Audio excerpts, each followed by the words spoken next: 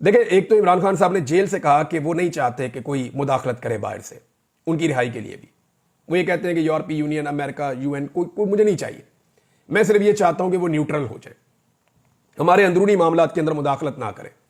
عمران خان صاحب کا موقف وہی ہے جو پہلے تھا جو اب ہے. یعنی اگر آپ دیکھیں عمران خان جس کے اوپر آپ ڈیل کا الزام لگا رہے ہیں, کیا یہ وہی آدمی نہیں ہے جس نے اقوام متحدہ میں کھڑے ہو کر اسلاموفوبیا کے خلاف, ناموس رسالت کے حق میں, اسرائیل کے مظالم کے خلاف سب سے زوردار طریقے سے آواز اٹھائی تھی, جس نے کھل کر کہا تھا کہ وہ کبھی بھی اسرائیل کو تسلیم نہیں کرے گا جب تک کہ فلسطینیوں کو ان کا حق نہیں مل جاتا, جس نے حکومت میں رہتے ہوئے ایبسلیوٹلی ناٹ امریکہ کو کہا تھا, بہت طاقتور ملک ہے, جس نے ٹرمپ جب صدر تھا امریکہ کا, اس وقت ٹرمپ نے جب پاکستان کے خلاف کو ٹویٹس کیے تھے تو اس نے بطور وزیر اعظم ڈونلڈ ٹرمپ کو ٹکا کر جواب دیا تھا, اور جب یہ وزیر اعظم نہیں تھا اس نے تب بھی ڈونلڈ ٹرمپ کو ٹکا کر جواب دیا تھا.